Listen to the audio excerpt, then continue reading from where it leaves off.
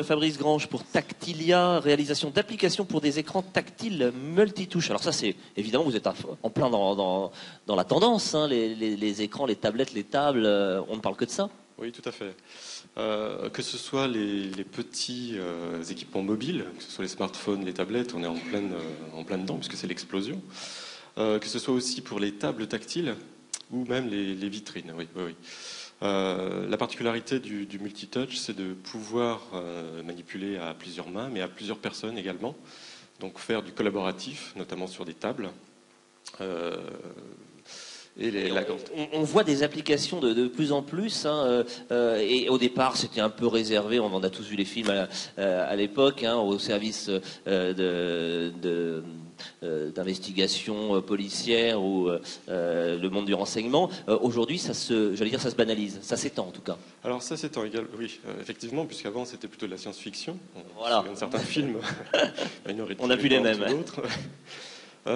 Aujourd'hui, ça devient concret, ça devient réel. On a des assurances, des banques qui veulent avoir une expérience avec l'utilisateur différente, une relation vendeur-client qui est basée sur l'interactivité. C'est-à-dire qu'ils ne veulent plus avoir cet écran où le vendeur, l'agent, parle et lui sort des choses abstraites.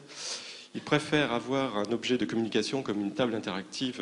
Donc toi, vous faites le geste en même temps, hein, c'est ça. Voilà, je fais ça pour montrer la table. Mais l'utilisateur, lui, va prendre la main sur les informations. C'est-à-dire qu'aujourd'hui, on peut montrer des courbes de prêts, d'assurance et autres. Et la personne va pouvoir manipuler ces courbes pour simuler lui-même ses propres simulations. Et donc vous êtes dans la tablette, si j'ose m'exprimer ainsi. Vous proposez des solutions qui permettent d'améliorer l'ergonomie de la proposition. Exactement, voilà.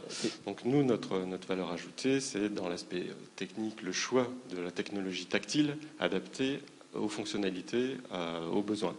Et dans l'ergonomie des interfaces, puisqu'il existe plusieurs types d'ergonomie, des ergonomies d'interfaces tactiles, d'interfaces tangibles, et ce ne sont pas les mêmes que pour celles de la souris. Alors j'imagine que dans vos équipes, il y a des profils aussi différents, parce que on s'adresse, alors il y a un contenu techno évident, mais il y a aussi peut-être une sensibilité aux attentes d'utilisation. On parlait d'ergonomie tout à l'heure, c'est pas tout à fait la même science que l'informatique ? Exactement. Alors l'idée, voilà, avec nos compétences, on essaye de rendre invisible l'informatique. On essaye de plus parler de machines, on parle plutôt d'interface naturelle.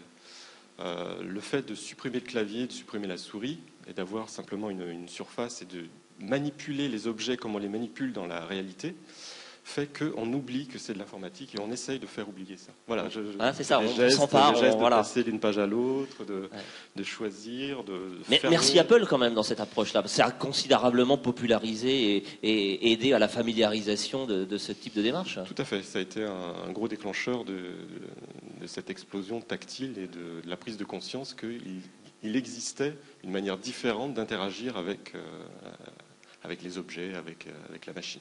Donc vous avez un peu plus d'1 an d'existence, hein, chez Tactilia, janvier 2010 la création, vous êtes 6 ou 7 aujourd'hui ?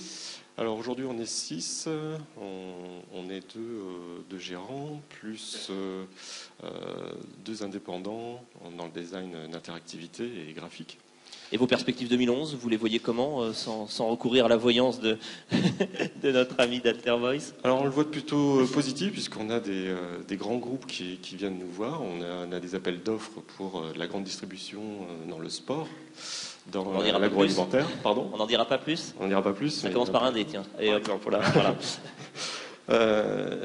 C'est prometteur et il y a beaucoup de choses à faire en 2011, oui. Ok, avec un capital de 30 000 €, on peut imaginer qu'il y aura peut-être des levées de fonds aussi pour accompagner tout ça. Tout à fait. On y travaille et on est confiant sur la levée de fonds pour cette année. Oui. Ok, merci pour cette présentation, Fabrice Grange.